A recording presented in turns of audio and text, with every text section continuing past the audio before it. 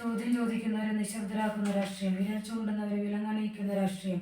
എത്ര നിശബ്ദരാക്കിയാലും ഏത് തുറകിലടച്ചാലും ചോദ്യം ചോദിക്കുക തന്നെ ചെയ്യും. കാരണം നിങ്ങളുടെ സ്വത്വരത്തിൻ്റെയും തന്തയുടെ വകയല്ല. ഓരോ വ്യക്തികളും നിങ്ങളെ സമ്മതത്തിൽ ഏർപ്പെടുത്താൻ നിങ്ങളുടെ അവകാശങ്ങൾ കിട്ടാൻ പോകുന്നില്ല എന്ന് പറഞ്ഞുകൊണ്ട്, അതായത് ഞങ്ങളുടെ ഭൂമി വിറ്റുപോയി, ഇനി നിങ്ങൾക്ക് കിട്ടുകയില്ല, അത് വലിയ വമ്പന്മാരുടെ കയ്യിൽ പെട്ടുപോയി എന്ന് പറഞ്ഞുകൊണ്ട് ഭീഷണിപ്പെടുത്തുകയാണ്. ഇതിന് മറുപടി പറയാൻ ഇന്ത്യ രാഷ്ട്രപതിക്ക് കഴിയില്ലേ? നട്ടല്ലില്ലേ? ഈ കേസിൽ പ്ലെയിൻറ്റിഫിൻ്റെ അറിവോടുകൂടിയല്ലാണ്ട് എതിർകക്ഷിക്ക് ഭൂമികൾ വിൽക്കാൻ എങ്ങനെയാണ് സാധിക്കുന്നത്?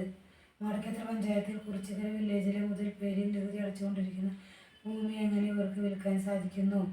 അതുമല്ലാണ്ട് പിന്നെ എങ്ങനെ കോടതി ജഡ്ജിക്ക് ആധാരം വരുത്തി പരിശോധിക്കാണ്ട് വിധി പറയാൻ സാധിക്കുന്നത്?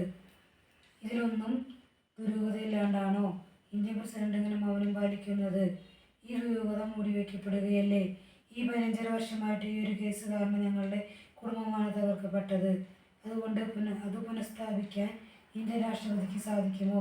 അതിന് ഉത്തരം പറയേണ്ട രാഷ്ട്രപതി എന്തിനാണ് ഈ മൗനം പാലിച്ചിരിക്കുന്നത്? ഇന്ത്യൻ പ്രസിഡന്റ് ഇതിനെ എന്തുകൊണ്ട് നടപടിയെടുക്കാത്തത്?